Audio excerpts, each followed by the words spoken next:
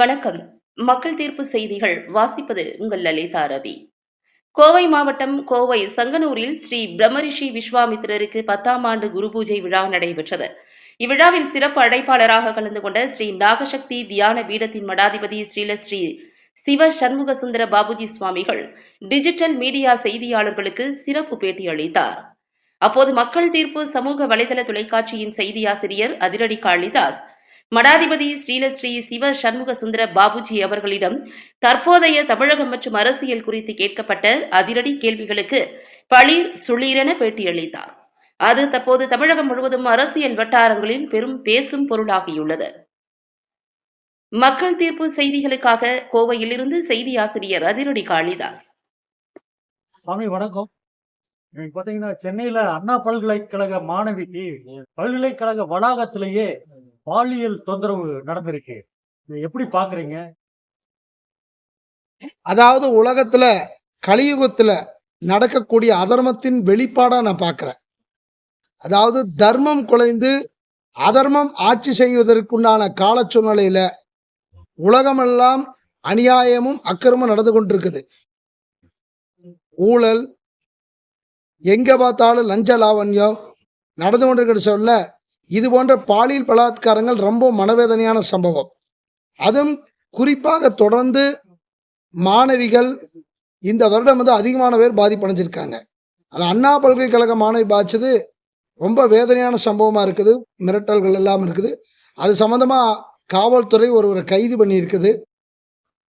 அண்ணா பல்கலைக்கழக மாணவிக்கு தொந்தரவு கொடுத்தது பிரபல அரசியல் கட்சி தான் பின்னாடி இருக்கு அப்படின்னு சொல்றாங்க. இது எப்படி பாக்குறீங்க? அதாவது பொதுவா எதையுமே ஆதாரமற்ற செய்திகளை நாங்கள் மடாதிபதிகள் பீடாதிபதிகள் வெளியிடக்கூடாது. எந்த ஒரு செய்தியிலுமே மெய்ப்பொருள் காண்பது அரிதுன்னு இருக்குதாங்க. யார் யார் எப்பொழுதும் மெய்ப்பொருள் காண்பது அரிது.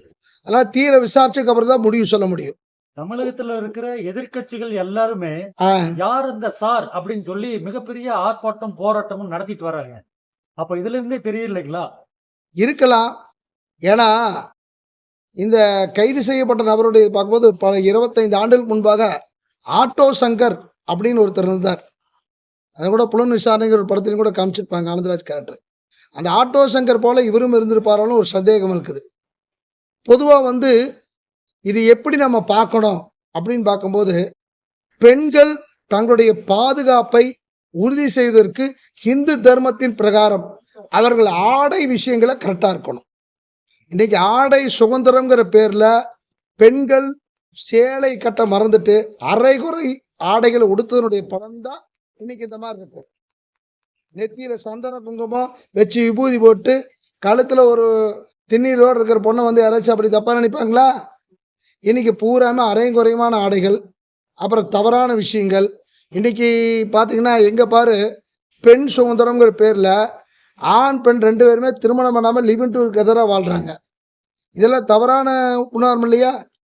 கோர்ட்டே உத்தரவு கொடுத்திருக்கீங்களா? அதாவது நீதிமன்றங்கள் பல விஷயங்களுக்கு கொடுக்கலாம். ஆனால் நீதிங்கிறது வேற, நீதிமன்றத்தில் சொல்லக்கூடிய விஷயம் வேற. ஜட்ஜ்மெண்ட் எல்லாமே பர்ஃபெக்டா இருக்காது. ஒரு கோர்ட்ல சொல்ற ஜட்ஜ்மெண்ட் இன்னொரு கோர்ட்ல மாறுதில்ல. அதனால ஜட்ஜு கொடுக்குற judgement it's not the permanent ஆண்டவன் கொடுக்குற ஜட்ஜ்மெண்ட் மட்டும்தான். அதனால ஹிந்து தர்மம் என்ன சொல்லுது?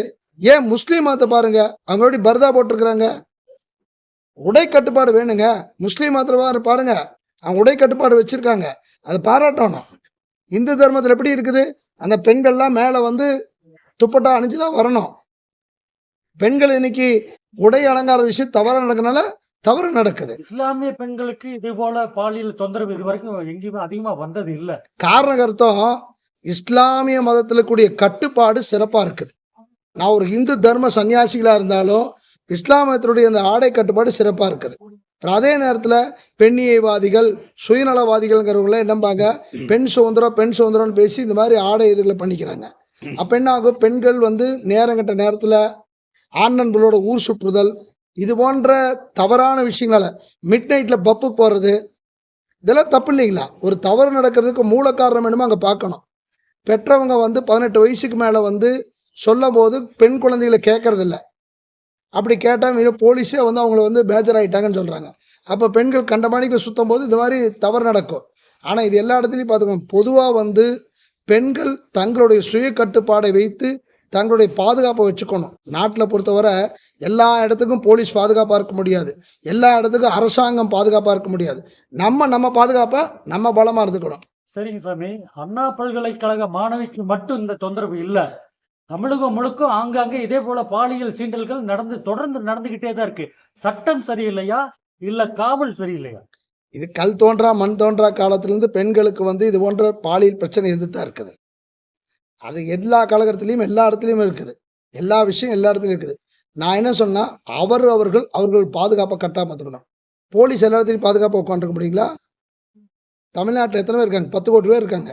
போலீஸ் எத்தனை பேர் இருப்பாங்க? எல்லாத்துக்கும் பாதுகாப்பாக இருக்க வேண்டியமா? அதனுடைய தண்டனைகள் குறைவா இருக்கு, அதனாலதான். ஆனா பொதுவா வந்து பாலியல் குற்றத்துக்கு வந்து தண்டனை வந்து குறைவா இருக்குன்னா கண்டிப்பா அதுக்கு அதிகப்படுத்தணும். இப்போ கூட கடந்த வாரம் சென்னையில ஒரு பொண்ணை வந்து ரயில்ல தள்ளி விட்ட அந்த குற்றவாளிக்கு வந்து தூக்கு தண்டனை போட்டிருக்காங்கல்ல. நிர்பயா தண்டனைகள் வந்துட்டு உருவாக்கணும். அதாவது ஏற்கனவே கடுமையான தண்டனை இருக்குதுங்க, கண்டிப்பா இருக்குது. போக்சோ சட்டம் போட்டிருக்காங்கல்ல, நீ போக்சோ சட்டத்தை ஜாமீன்ல கைவிடாத வெளியே இருக்காங்களே.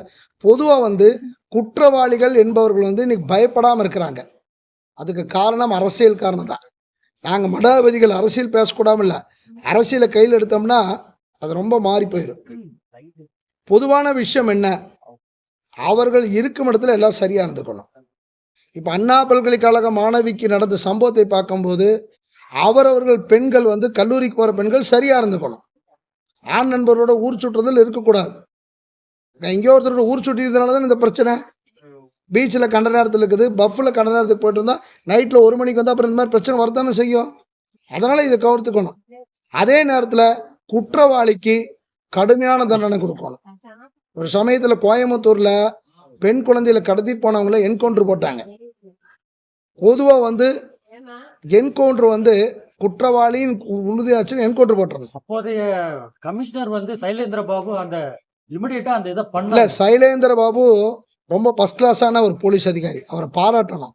சைலேந்திர பாபு அப்போ என்கவுண்டர் பண்ணது ஜோதின்னு ஒரு இன்ஸ்பெக்டர் தான் பண்ணார், எனக்கு ஞாபகம் இருக்குது. அவர் 2 பேரும் இன்ஸ்பெக்டர் பண்ணாங்க.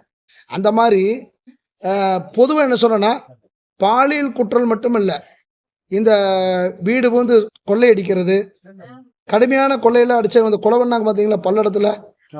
வீடு வந்து வீட்டை உடைச்சு அவங்களால இன்னைக்கு வந்து குற்றம் ஜாஸ்தி ஆகி போச்சுன்னா அதர்மம் ஜாஸ்தி ஆகி போச்சு. அரசாங்கத்தை ஏன் குத்த சொல்லணும், அரசியல்வாதிகளை குத்த ஏன் சொல்லணும்? தர்மம் கெட்டு போச்சு. என்னைக்கு ஆன்மீகவாதிகள் குருமார்கள் பின்பற்றி மக்கள் நடக்கின்றார்களோ அன்று தர்மம் நிலைச்சு நிற்கும். சன்னியாசிகள் சாதுக்கள் சொல்லக்கூடிய நல்வழிகளை இன்று பின்பற்றுவது இல்லை. மக்கள் தர்மத்தை பின்பற்றாம பணத்தை மட்டுமே குறிக்கோளா வச்சு, பொருளாதாரத்தை மட்டுமே குறிக்கோளா வச்சு தன்னுடைய சுதந்திரங்கள் பேர்ல பல விஷயங்களை செய்யறதுனால, தெய்வ விஷயங்களால இந்த மாதிரி நடக்குது. தமிழகத்தில் போதைப் பொருட்கள் அதிகமாக பயன்பாட்டுல இருக்கு, அதனாலதான் இந்த மாதிரி பாலியல் தொந்தரவு வருது அப்படின்னு சொல்றாங்க ஒரு சிலர். இது எப்படி பாக்குறீங்க? இதுக்கு முன்னாடி நடக்கலையா? இதுக்கு முன்னாடி எக்கச்சக்கமான கேஸ் ஆயிருக்குது இல்ல. அதனால என்ன சொல்றோம்னா, போதைப் பொருளுடைய நடமாட்டம் வந்து அதிகமா இருக்குதா இல்லையாங்கிறது வந்து இன்னைக்கு சூழ்நிலையில் அப்படிதான் நடக்குது. ஏன்னா தமிழ்நாடு முழுக்க டாஸ்மாக் உடைய விற்பனை புத்தாண்டுல 428 கோடின்னு போட்டிருக்காங்க. இது ஒரு செய்தியா? எங்க பார்த்தாலும் கஞ்சா, வடநாட்டுல இருந்து கஞ்சா ஈஸியா கொண்டு வந்துடுறாங்க. எங்க வரைக்கும் போதை. நான் இன்னைக்கு ஒரு 2-3 நாளா படமா சின்ன சின்ன பிட்ஸின் படங்களை பார்த்தேன். இந்த வட சென்னை அந்த படம் ஒன்று பார்த்தேன், ஒரு புது படம். இதெல்லாம் பார்த்தீங்கன்னா ரவுடிசம், போதை பவுடரு என்னென்னமோ போதையெல்லாம் வைக்கிறாங்க. மலேசியாவில் இந்த ஒரு 14 இந்த மாதிரி போதை பவுடர்லாம் உடனே சுற்றுவாங்க. வெளிநாட்டுல போதை கடத்துற ஆசாமில பார்த்தோன்னா போலீஸ் சுற்றுவோம். இங்கே காவல்துறையுடைய முழு அதிகாரம் கொடுத்துடணும். தப்பு செய்யறது ஒரு சுட்டி அப்படி பண்ணிட்டோம்னா முடிஞ்சு, அவ்வளோதான். பயப்படுவாங்க, அப்பதான் பயப்படுவாங்க. போதைப் பொருள்னால வந்து நிச்சயமா தவறு நடக்கும். நாங்கள் போன வாரம் நாங்கள் வந்துட்டுக்கிறோம், ஒருத்தர் கஞ்சா போதையில வந்து எங்க கார்ல பைக்ல மோதிட்டு அவன் கண்டமானி ஒரு ரகலை பண்றான். நாங்க என்ன ஒதுக்கி போறோம். கஞ்சா அடிச்சுன்னா அவனுக்கு என்ன பண்றேன்னே தெரியறது இல்லை. யார் வேணா இன்னைக்கு தாய் மகன் கொலை நடக்குது. பல கொலைகளுக்கு காரணம் போதைப் பொருள் தான். இந்த போதைப் பொருள் அளிக்கணும் அரசாங்கம் காவல்துறை மட்டும் ஒழிக்க முடியாது, பொதுமக்கள் சேர்ந்து ஒழிக்கணும். மாணவர்களுக்கு ஒழுக்கத்தை கற்றுத்தரணும்.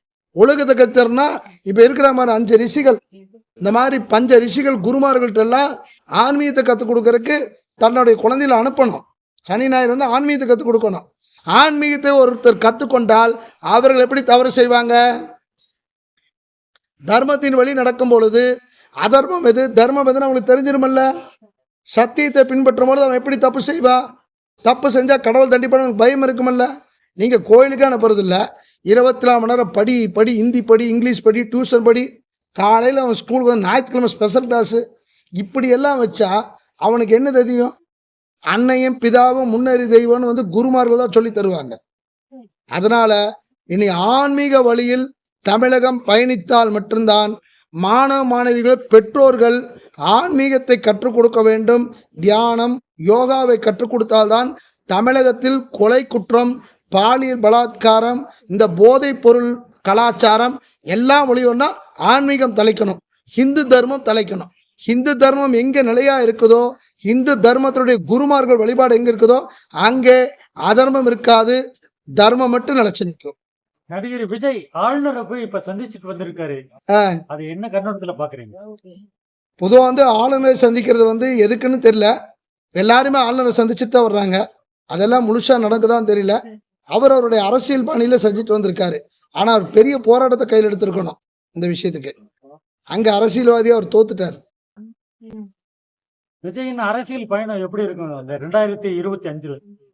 2026 வந்து அரசியல் பயணம் அவருக்கு எப்படி இருக்குன்னா, அவரோட ராசி கடகராசி நான் பார்த்துட்டோமாலையே.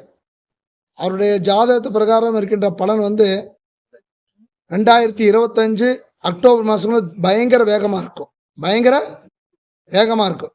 தமிழகத்திலே எல்லா அரசியல் கட்சிகளும் திரும்பி பார்க்கின்ற பல விஷயங்களை நடிகர் விஜய் அரசியல்வாதி மாதிரி செய்வார்.